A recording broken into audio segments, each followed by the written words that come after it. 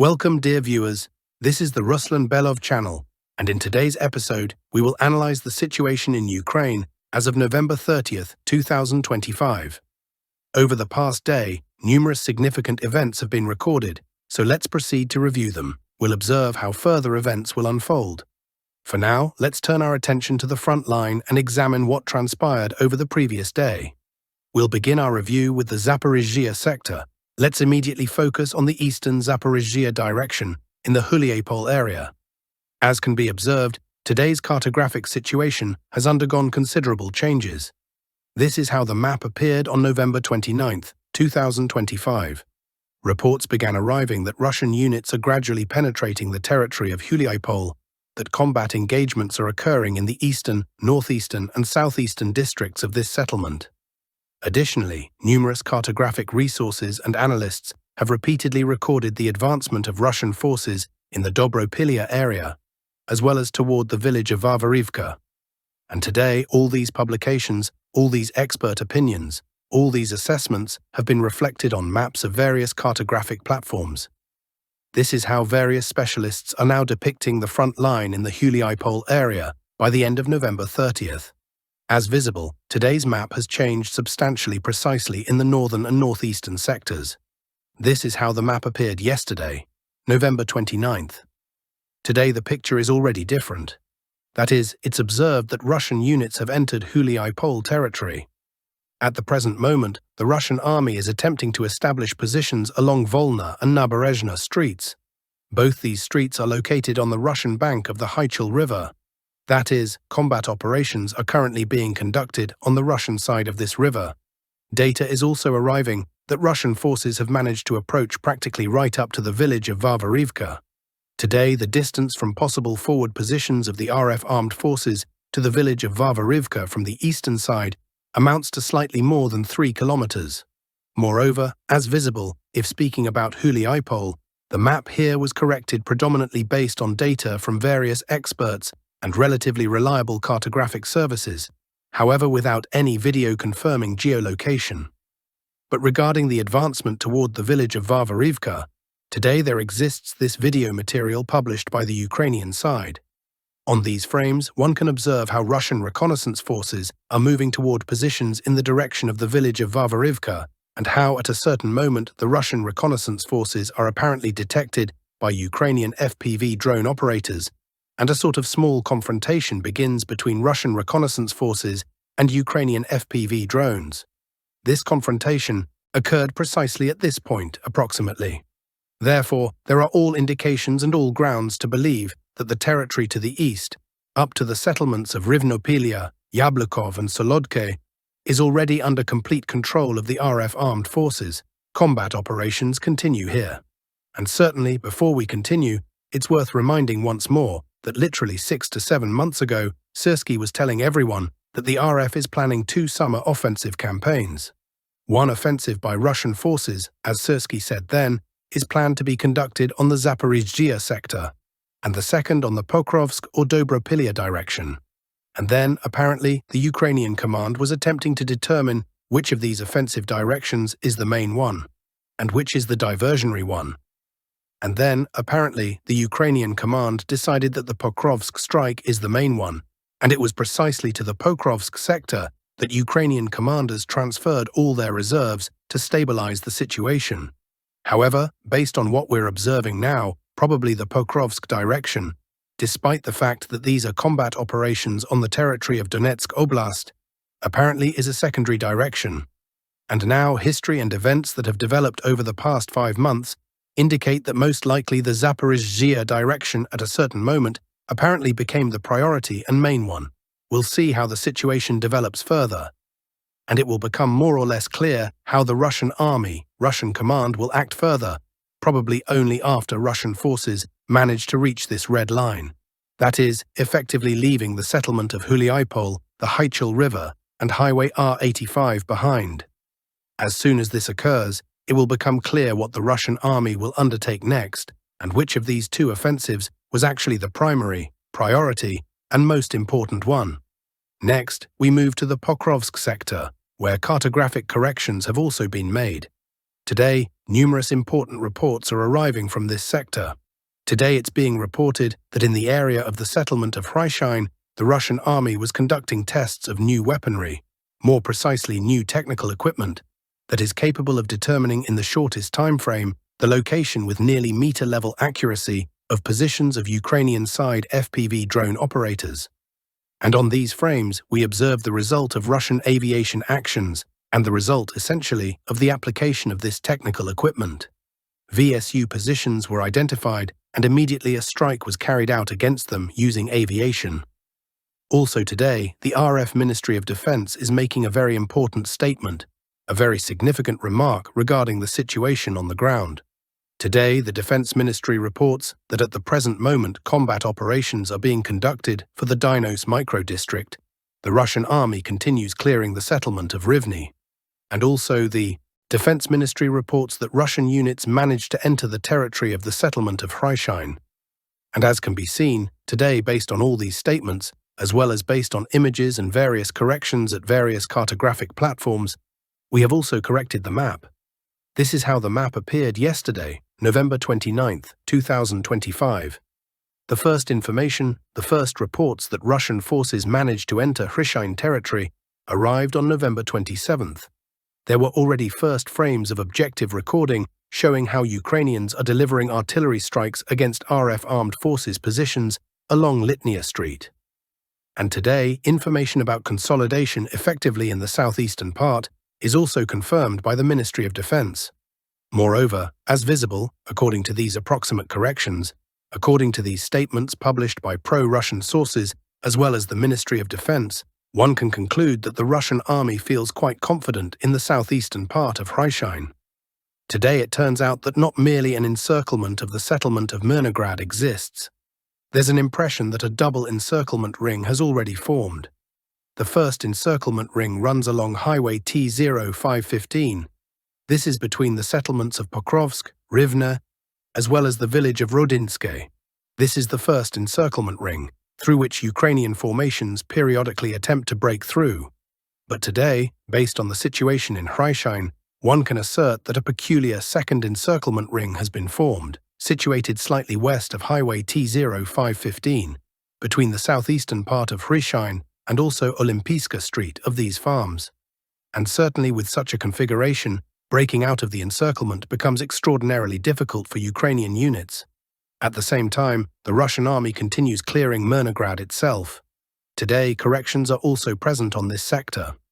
According to various pro-Russian analysts, the RF armed forces managed to practically completely clear the southern Mirnograd part, the Mirnograd citadel located along Soborna Street. This sector here, this is how the map was corrected between November 29th and 30th, 2025. That is, the Ukrainian side retains fewer and fewer positions under their control. Next, we move toward the settlement of Siversk, Lyman. Certain news is arriving from there. Today, more and more reports are coming from the territory of the settlement of Siversk. The Russian army has established complete fire control over armed forces of Ukraine positions using FPV drone operators. And today we observe that control has been established not only over the main supply highways, supply routes, which in this case is the T0513 road. Today the Russian army is directing and concentrating its unmanned aircraft, including toward fields, toward ordinary roads, roads of less significant quality, and already from this direction certain control is present. But if speaking about the Siversk-Lyman sector as visible over the past day, and not only over the past day, over the past several days, practically no corrections are being recorded. Individual sources report that this situation is connected with fog, while other sources report and assert that this is possibly also connected with the fact that at the present moment, negotiations are taking place on Florida territory. That is, it turns out that now both the Ukrainian and Russian sides have taken a certain pause in providing any information from the front line, so as not to intensify tension, to create a certain purity of media space, so that these negotiations and these decisions are made with sober judgment and with clear vision of the overall situation. On the Borivsky direction, the Russian army continues movement toward the settlement of Borivske. Today, from this sector, a large number of various geolocations were published. on which we can observe how Russian artillerymen and FPV drone operators are striking armed forces of Ukraine positions along the Russian army's route from Borisivka-Andreevka toward the settlement of Borivska. Perhaps on this sector it makes sense to expect even some kind of breakthrough. Perhaps Russian units will decide to take advantage of certain confusion in the defensive orders of the armed forces of Ukraine, and perhaps will even attempt to advance even deeper toward Borivska itself. Next, we move to the Vovchansk direction, and here, apparently, both the RF Ministry of Defense and the North Forces grouping are preparing for publication material dedicated to the complete clearing of Vovchansk. Today, from this direction, this video was published, where we can observe how Ukrainian operators are striking with FPV drones at the Russian flag that was raised in the very southern part of the settlement. Perhaps the flag was raised by Russian units to demonstrate control, or perhaps at the present moment Russian soldiers are placing flags throughout all of Vovchansk, and perhaps video material is already being prepared. Perhaps its publication will be postponed until Monday or Tuesday. But the essence of the publication will come down to the fact that we will possibly be shown video where Russian soldiers will be installing tricolors in various parts to confirm complete control over Vovchansk. Perhaps this will already occur in the coming several days. Now let's examine what is happening on the political arena. Massive rocket strike on Kyiv, consequences. The main strike was delivered against Kyiv, but part of the targets were also hit in Odessa, Dnipropetrovsk, Sumy, Chernihiv and Kharkiv oblasts. Moreover, it was quite prolonged and massive, writes Yuri Podolyaka, and several new tactical techniques were employed simultaneously, which unpleasantly surprised Kyiv. So drones began probing it even before midnight, not allowing air defense crews to relax even for a minute. And the main strike was delivered already in the morning when it became light. And there's also an explanation for this. Anti-drone crews of the AFU were awaiting a very unpleasant surprise. Part of the Gerber-type drones today were hunting for them. Aircraft with homing warheads were employed against them. As a result, several crews were hit, which besides the actual losses themselves, also led to a reduction in the effectiveness of anti-aircraft fire. But the main target was, as before, energy infrastructure facilities. Kyiv thermal power plants 5 and 6 were hit again. Kyiv hydroelectric power station and Trypilska thermal power station were separately finished off. And strikes were also delivered against high-voltage substations in the outskirts of Kyiv, which all taken together led to the disappearance of electricity in the western part of the city, and problems with heat and water supply. But there was one more feature of this strike. The RF armed forces, before the strike with cruise missiles, attempted to prevent Ukrainian fighter aviation from taking off from the Starokostiantiniv area. And if judging even by the boastful reports of Ukrainian air defense personnel, about half of them, and realistically more, were not intercepted and reached their targets. Former head of U.S. military intelligence and former Trump advisor Mike Flynn on the corruption scandal in Ukraine. This person, despite the fact that he had to leave Trump's team in 2017, is a person quite close to it. And therefore his post, considering Yermak's dismissal, is very, very interesting.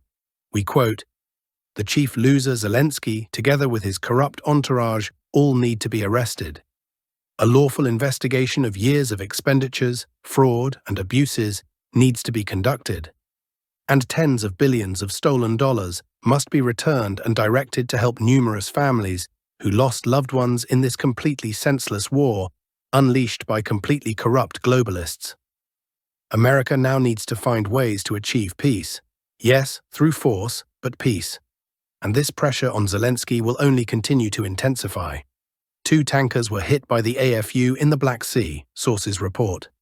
Until a system for combating unmanned surface vessels is created, there will be no peace. But then they'll start torpedoing. Therefore, a convention is needed for escorting civilian vessels passing near the shores of certain states. Let them be responsible for security. Otherwise, money for vessel passage is periodically collected. But where are the services? According to our data, everyone was waiting for when Kyiv would officially acknowledge the drone attack on ships near Turkey.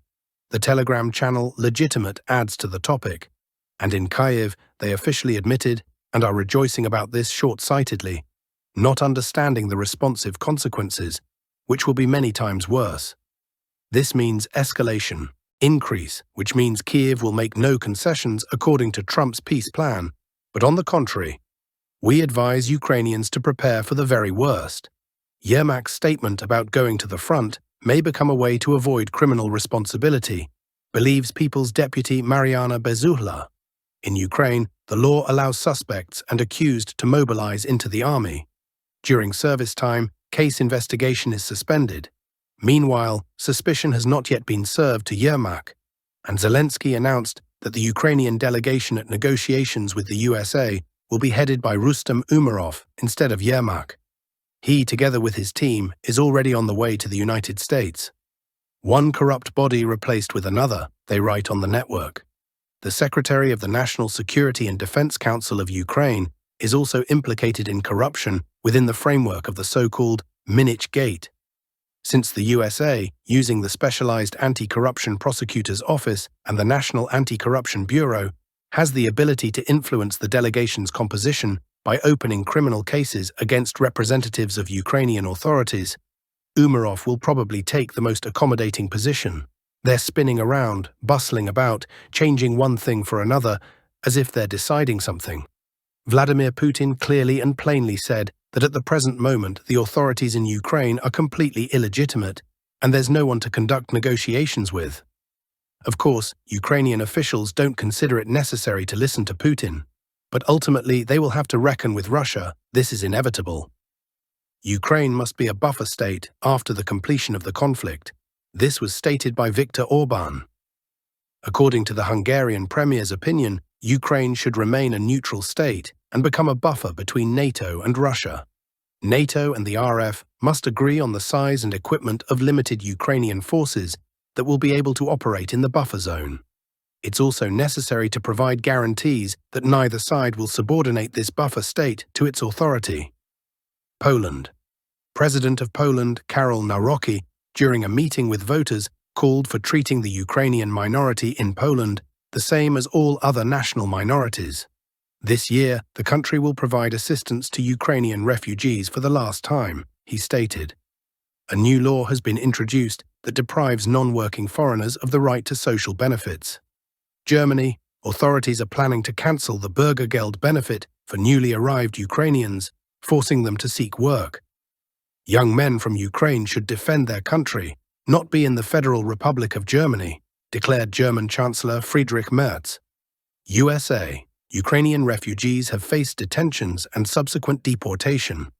Immigration services consider their stay in the country illegal.